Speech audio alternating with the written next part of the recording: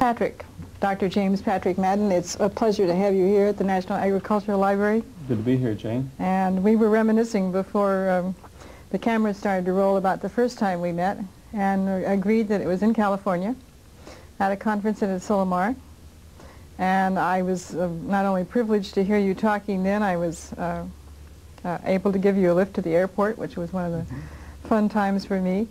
But it's a privilege also to have you here today. And thank you for agreeing to talk on the record. Thank you for the opportunity. I'd like you to start out by talking a little bit about your background, about your training. I know you were born and raised in Oregon. Right. I was born in a little town of Merrill, right on the California border, raised on a farm near Milan, also a very tiny community. Graduating class of 21 Oh, that is small. Yeah, really small. And then went to Oregon State for a bachelor's and to Iowa State for a Ph.D. in agricultural economics, both degrees. And then from there to Puerto Rico. First job out of grad school was at University of Puerto Rico. And then was called into Washington to conduct a national study on economies of farm size. I spent 4 years in Washington in various positions, and ended up at the I was on the staff of the National Advisory Commission on Rural Poverty under President Johnson. That was kind of a turning point in my career. At that point, then I decided I wanted to leave government and get to a university. So I went to Penn State in '67 and was there 20 years. Was there any particular reason you chose Penn State? Well, I was looking for an institution that would pay me to do what I really wanted to do.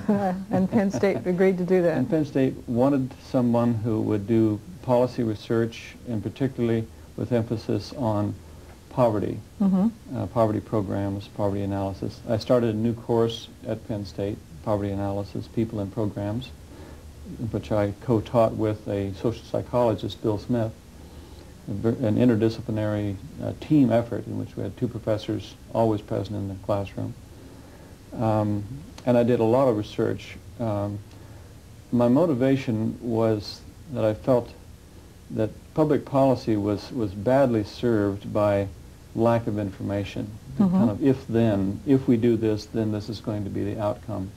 That the legislators and the people who ran the programs simply were doing the best they could with the information they had, but I felt that they were hampered by lack of understanding of what could happen and what the implications of different policy changes and so forth. So I was motivated to improve that policy process through research and educational effort that would illumine the whole causal connection. So, and at that time, my main emphasis was on poverty. I was concerned about the deprivation, worldwide, but at that point, domestic United States situation. I helped produce a report called "The People Left Behind." I was going to ask you about that because in looking here for your writings, I didn't come across that particular one. "The People Left Behind" refers to... Yeah, that was the report of the National Advisory Commission on Rural Poverty. And those are the people left behind, the rural poor? The rural poor, yes.